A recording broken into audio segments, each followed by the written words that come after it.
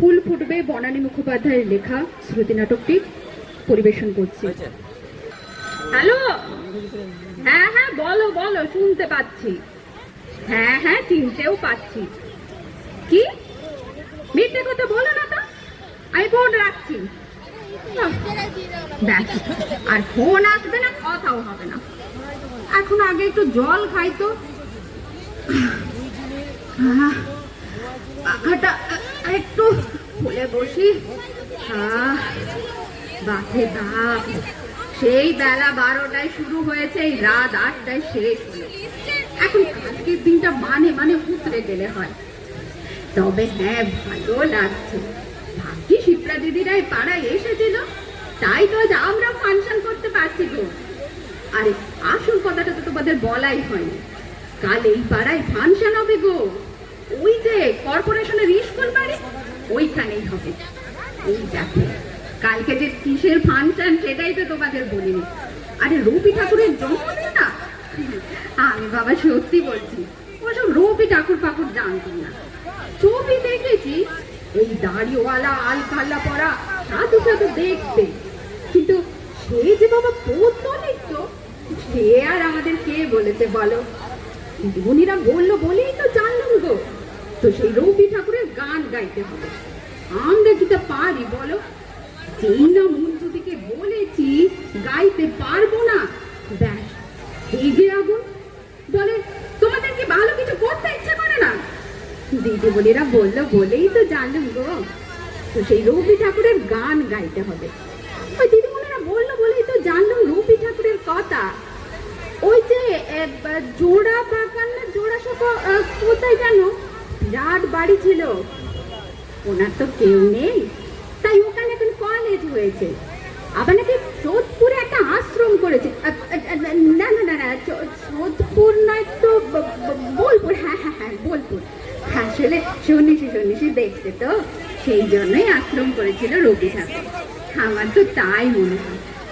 আরে দূর বাবা, খালি শুধু ভুলে যাচ্ছি। অনুষ্ঠানটা কি হবে ঠিক বলবো তো, তা না দেখো শুধু নিজের মনেই কথা বলে যাচ্ছি। হ্যাঁ, প্রথমে মিলে সবাই একটা গান করবে। ওই যে আগুনের পরেশমণি, একে বলে কোরাস। তারপরে পিঙ্কি একটা পদ্য বলবেন। তারপর কি যেন, হ্যাঁ হ্যাঁ হ্যাঁ, তারপর হচ্ছে মহাদির গান। তারপর একটা দারুণ জিনিস হবে গো, ওই যে রানা গো রানা, আরে আমাদের দীপালির ছেলেটা একটা দারুণ পদ্য বলবে, বীর পুরুষ। কিন্তু কি আশ্চর্যের কথা বলতো, রবি ঠাকুর কি করে বুঝলো বলতো যে সব মেয়েদের বুকের মধ্যে একটা বীর পুরুষ ছেলে লুকিয়ে বসে আছে? কি করে জানলো বলতো? আসলে রবি ঠাকুর তো, ঠাকুর হলে তো সবই জানতে পারবে, তাই না বলো? এইবার ফাংশন শেষ হবার টাইম। শেষ গান গাইবো রঞ্জন মাস্টার, শিপ্রা দিদি আর আমি।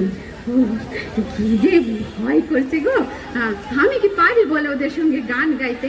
তবু গান গাইতে হবে। এইটাই শেষ গান।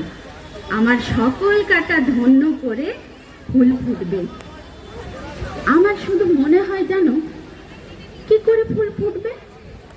যেখানে অনেক কাটা, শুধু কাটা, শুধু আবর্জনা, সেখানে ফুল কি করে ফুটবে বলো?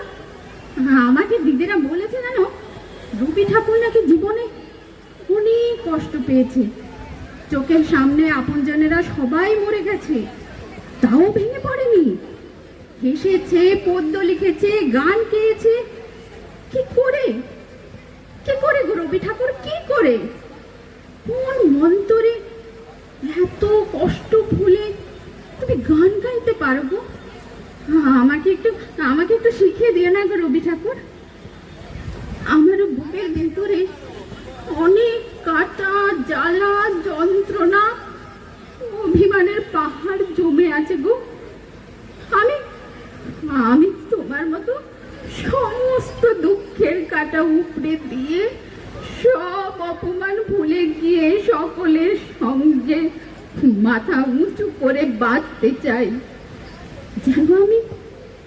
যেন আমি বাঁচার মতো করে বাঁচতে পারি, যেন নিজেকে নিজেকে ঘৃণা না করি, যেন সবার সাথে গলা মিলিয়ে আমি গান গাইতে পারি, আমি গান গাইতে পারি। ধন্যবাদ।